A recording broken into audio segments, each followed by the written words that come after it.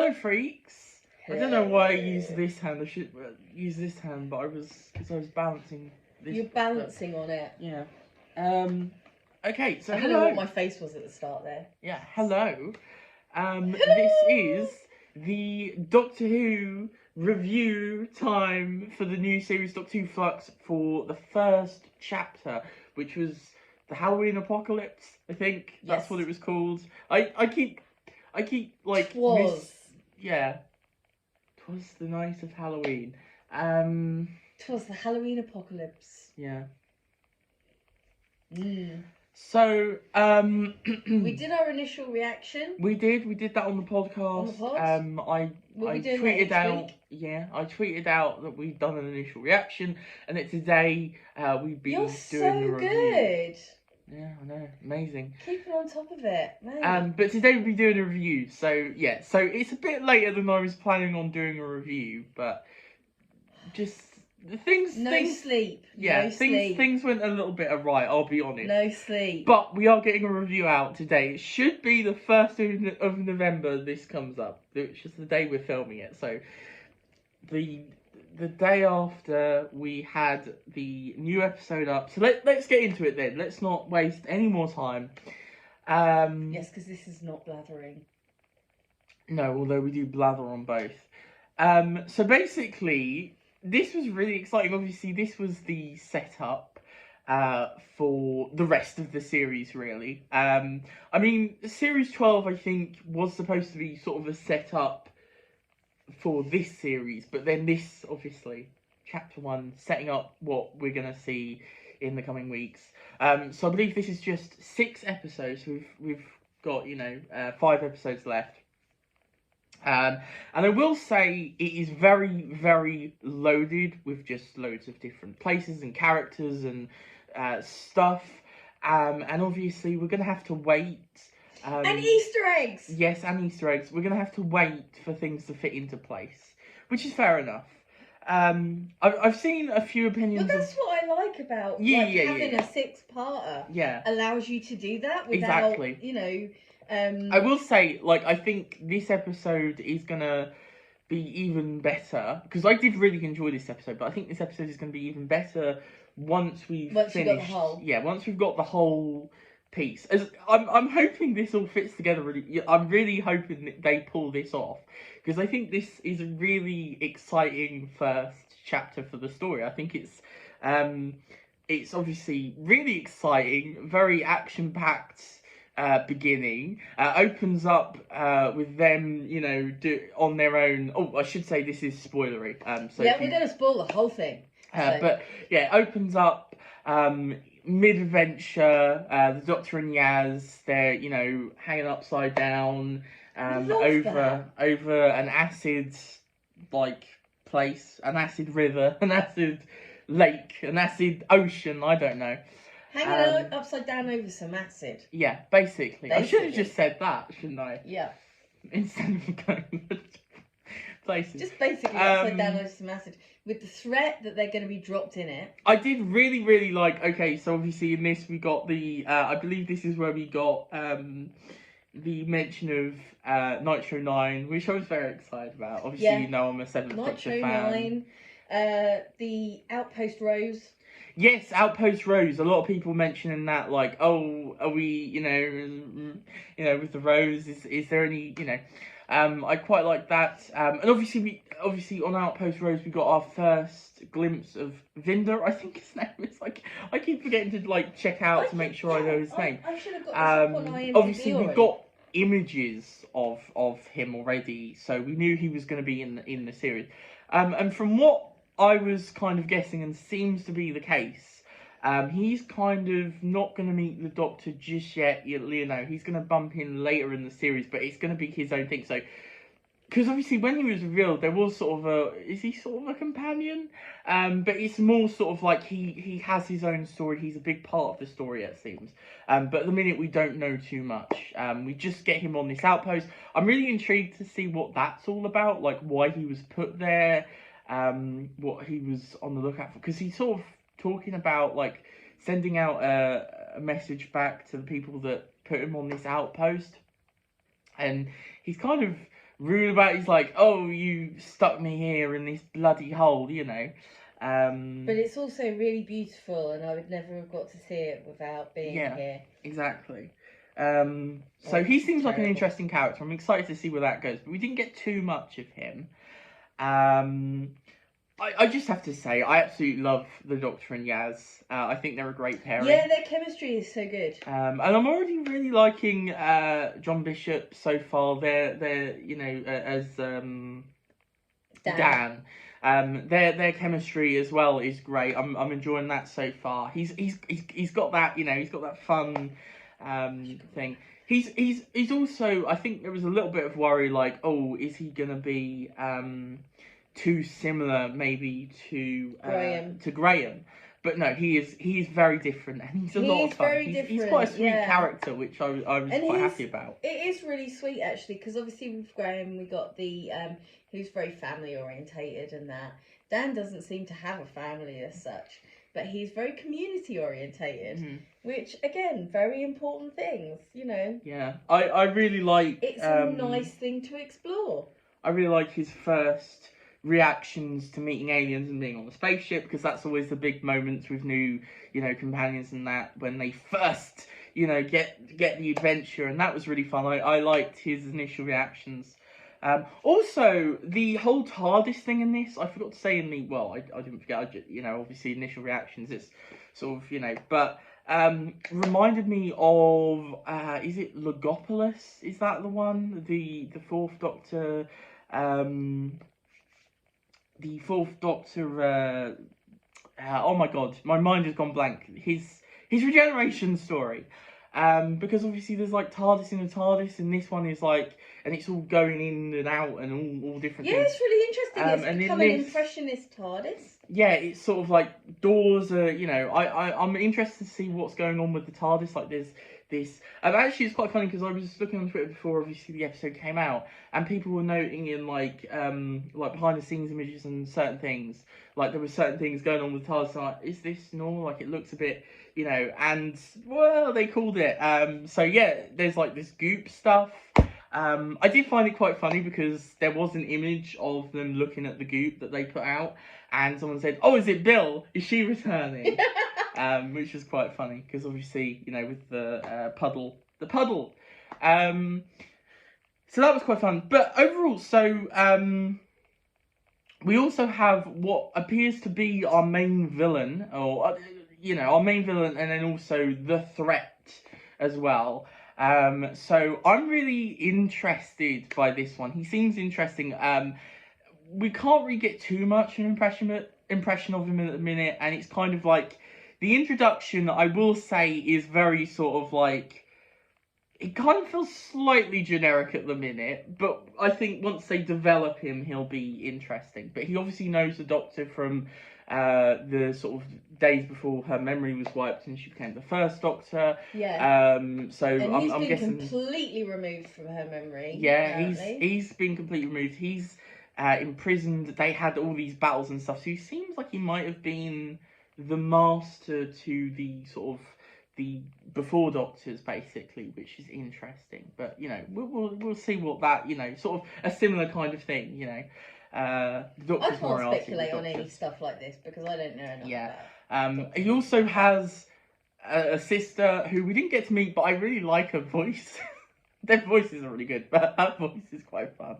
Because there's a bit towards the end where she's like, "Come into the mansion," to this person who was going to meet Dan, and it was quite creepy. But also, I just really like her voice. It's great, you know.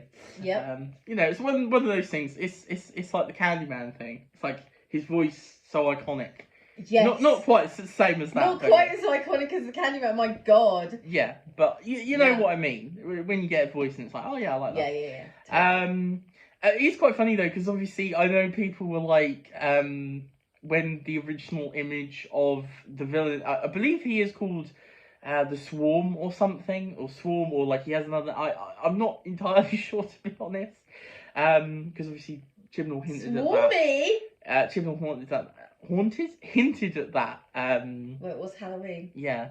in their little thing, so everyone was expecting. But I remember when the original images came out, and everyone thought it was a redesign for a Sontaran, and I was like, no, that's just not a Sontaran. We do have Sontarans in this though, And Weeping Angels. And Weeping Angels. Well, we knew Sontarans. We knew most of the monsters coming back. To be fair, but yeah, very. But I'm really excited about the Weeping Angels. Yeah, we got a little glimpse of them, and they were terrifying. It was great. I was a little sad that they didn't do more with because it was just that until that. So I was a little sad they didn't do more poses because I quite like the poses. No, I quite like that though because they're just getting closer, and it's like it is almost like being gaslit by the flipping statue because you're like, did that move? Was it that close before? Obviously, we know it wasn't that close before because they're the Weeping Angels. But, it's like, as a person being, like, stalked by a Weeping Angel, horrifying idea. It was halfway down the street and then it was to her gate. I know. I'm just saying the idea. Oh, I'm not yes. saying that. I'm saying the idea of being, like, followed by a Weeping Angel is just, like, really horrible. Yeah. But also Mystery with Claire, and also the opening in the earlier Liverpool as well. What's going on with that? Like they're searching or digging for something. So obviously that's got, and then obviously we have what the series is named after, the Flux. Which is just basically reminded us of Herodias from Kid Cosmic. Yes, except it's not a planet. It's like it looks more like a dust storm. Well, yeah, like a gas, kind of like a gas or a dust or something like that. Yeah. But the swarm seems to do that himself when he comes into contact with people. Yeah, he seems to be able to. Well, he's obviously connected to the Flux. Yeah. So we've got very much end of universe stuff, vibes and that, which is great. We love that. So obviously high stakes and everything. But also this episode is just really, really pretty. There are a few moments of like, oh, that looks slightly off, and I'm gonna guess probably very slightly. There was the bit where it pans into the museum and it looked a bit weird. It was like they were going into just like a 2D image, like they were going into a photo. I did think it was really funny though that Dan doesn't have a job at the museum, but apparently is that good at it that he really should have. Yeah, he really should have, shouldn't he? And also this episode was quite funny. I did enjoy it. I did have a few small quibbles actually. One of them was just, there was some weird, like, moments, like, jumps, in the story, like, so, for example, when they're in Dan's house, that whole section was a bit odd to me, like, it didn't flow quite correctly. I feel like maybe it could have taken a little bit more time or something. Quite a lot of that was played for comedy, though, wasn't it? Not really, because they were investigating. Oh, I see. Oh, you meant when the doctor was in there. No, I liked the little house. I thought that was quite funny. The little house was funny, but also, like, obviously the trick-or-treaters and then the guy coming trick-or-treat. Yeah, that was funny. That made me laugh. But I meant when the doctor and Yaz come to investigate, like, that whole section was just really paced really oddly, and then especially when, like, she does the computer, and then she's like, why has he got a flashy computer? But I'm like... It just kind of didn't hold together completely for me. I was like, that was slightly odd, and there was a few moments of that. But mostly, I think it was really well told so far. And again, like obviously, because we don't know how this is all going to fit together, there is a lot of stuff where you just kind of have to. You just have to roll with it. You just have to roll with it. There's a lot of characters you don't know what they got to do with, so you're just seeing these scenes and you've got no sort of thing, which is fair enough. That's awesome, but it just means that obviously there's a little bit of like. You touched on this earlier. So you've got someone called Claire who they meet when they land in Liverpool, and they're about to leave near Anfield. Oh yeah, when they're about to leave. Sorry, and they're near the TARDIS is near Anfield. And so they meet this character called Claire. They don't know who she is. She knows who they are, though. I did really like that. That was a nice setup for a mystery. Oh, yes. I thought that Makes a nice, it's kind of a throwback, I guess, to River Song, isn't it? yeah, well, I guess sort of, yeah. I mean, they've done these sort of things before, I think, so I wouldn't necessarily. Yeah. But yeah, it is a bit like that. Because No, I'm obviously not saying meeting it's out of like it. time I'm and just stuff. saying it's kind of, Yeah, but it's meeting kind out of, of it time throws and me stuff back is to interesting. yeah, totally. I love that stuff. I think Mhm. they should definitely do that sort of thing more. So we're interested to 'Cause it see makes Claire sense. is.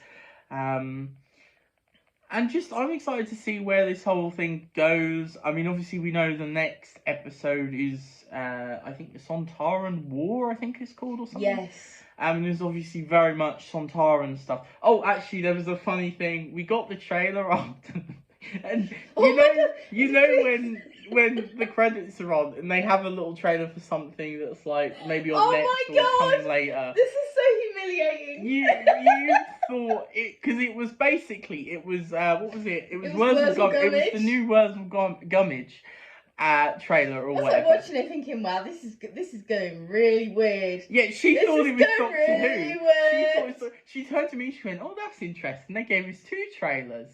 I was like, "That was Wurzel Gummidge, you idiot." Like, you were like, "Whoa, the vibe is real." I mean, we just had the end of the world stuff, and suddenly there's like Wurzel Gummidge. what? That'd be quite fun. It would be really funny because the Third original Doctor, Wurzel John Gummidge, John Pertwee was the original Wurzel Gummidge. So that'd be quite fun if, I quite like it if they had it in the background of one shot, like, and there's like. No, I think they should do a crossover. Oh, they could, yeah, totally. The Doctor and Wurzel Gummidge. The Doctor and Wurzel Gummidge adventures. That would be fun. So yeah, no, the next companion. Yeah, no, I really enjoyed it. Obviously, this has the cliffhanger. I liked the dogs, the dog people. Yes, I like the dog people, especially because they're really grumpy. They like are. you know.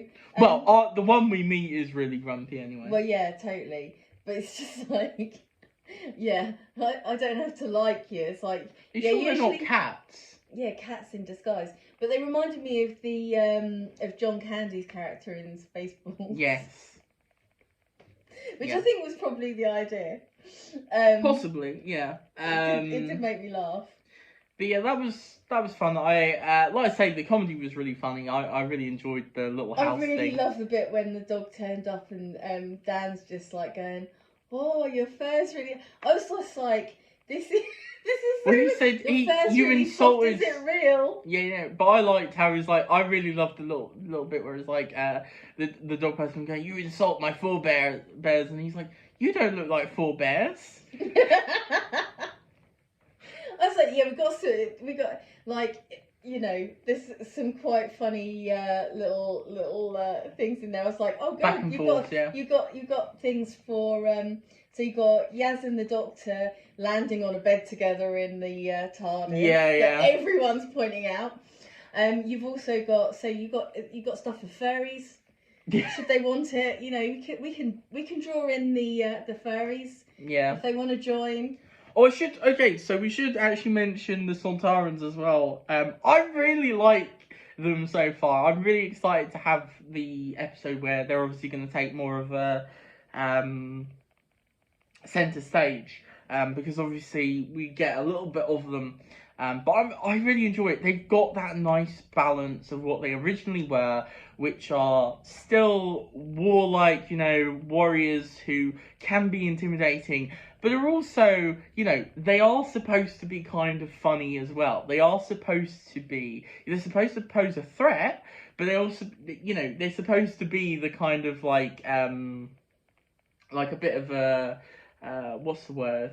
A bit of a, I've forgotten the word now. Like a joke take on sort of, spoof? Yeah, like a spoof take, or not a spoof, but anyway, it doesn't matter. You're useless. You're just staring at me like. I don't know. You have to give me some clue. I'm trying. Anyway, no. I think they got the balance really right. I really enjoyed them so far. I did actually quite find it quite funny. It's like, you look hideous. Yeah. Really, really terrible. Yeah. Yes, can we move on, please? Yeah, I quite enjoyed that. I mean, And I mean, considering they both look like a cross between a potato and a shriveled up raisin. so yeah, I'm interested to see where they, how they get out of obviously the ending of this one with them. Yeah, good cliffhanger. Well, also it reminds me of something with like the showing of the faces and that, like it's going, poof, poof, poof. But I can't actually place it what I'm thinking of. It could be like in the Tenant with like they have the faces and that, but I can't remember. But yeah, no, I suppose it's something they do quite a lot. To be fair, in different programs, I don't know, but yeah, I'm excited to see how they get out of it, where it goes, what Yeah, the story exactly. It ends is a up good being. cliffhanger, because I mean, obviously we know the Doctor. Obviously, we get told, we see that the Doctor is searching up on. Oh my God, I've forgotten their names now. The group, the group that. the dogs. No. Oh, okay. The God's sake, it's not the Institute. It's you know what I mean. If you know, you know. I don't know. No, because you're terrible. But I am as well. My mind is constantly going blank. This is what happens when you don't get enough sleep. Yeah, it is, to be fair. So basically, Cautionary tale. obviously, because everyone's kind of like, this one is going to be more about continuing the timeless children stuff. So obviously we get like the Doctor looking into trying to find out more information. Like we've sort of discovered that she's trying to do more of that, and obviously we have the continuation of Yaz being shut out by the Doctor and her sort of being like, "Don't shut me out. I should be able to find out as well." Kind of reminds me of the Seventh Doctor and Ace a little bit. Where the Doctor is constant, although definitely. in a completely different way, which I'm really enjoying that side. It's like because with the Seventh Doctor and Ace, it was more sort of like a sort of father and child or professor and well, it's more so in that. What I mean is, it's more like he is the chess master, so he's playing with everyone, so he's not telling her the information. Whereas this, she doesn't know what's going on either. The Doctor doesn't really know, but she's shutting out Yaz. Yeah. And sort of they do feel very much like equals. I think that's why I like it so much. Yeah. Is that they do actually feel like equals. They do feel like each one could get each other out of trouble and stuff like that. It's great to see Yaz coming so far from Series 11. We love Yaz. But yeah, no, I was sort of meaning, it's quite interesting that like it's kind of opposite to the Seventh Doctor, where instead of him being like the chess master, he's doing it on purpose. Well, she is doing it on purpose, but like not because she's because she's manipulating. Yeah, not because she's manipulating. It's more because she's shutting people out, so it's kind of interesting. I quite like that, I mean, you can just keep guessing what my thoughts is before listening to me. Well, I'm trying to make it clear. Yeah, well, you're not helping. You're not helping. Anyway, so yeah, that is our review. Thank you for joining us. Obviously, we're going to review each one. We're going to review each one. And do a little reaction after each one on the podcast. It's even 5 or 10 minutes, sort of thing. So they're all probably going to be this chaotic, so Yeah. Just obviously, links in the description for no, don't do that. Links in the description for oh god, I forgot what I'm talking about. For the podcast, Blathering On Podcast, and also Twitter. That's and also, and then also obviously comment what did you think of this one? What are you excited to see? And then also obviously be kind in the comments, be nice. None of that, we don't tolerate any of that arsehole. Yeah, I know, we won't take any of that arseholery, but also Be kind to us. Arsery. Arsery. No, arseholery. Yeah. Yeah, and also be kind to us. We haven't had a lot of sleep, like 4 hours. So so literally just, bear with us. Try and. I mean, to be fair, we're always like this, so just bear with us forever. Okay, fair enough. Bear with us forever. I was, Yeah. trying to promise something better, but no. You're probably not going to get it. You'll just be disappointed. Don't say that. I think, we've got a style here, haven't we, people? Anyway, so, yeah. We've got a style and it's chaos. Yeah, thank you for joining us. And we will see you for whatever video comes next. I know which one it is. Okay, bye.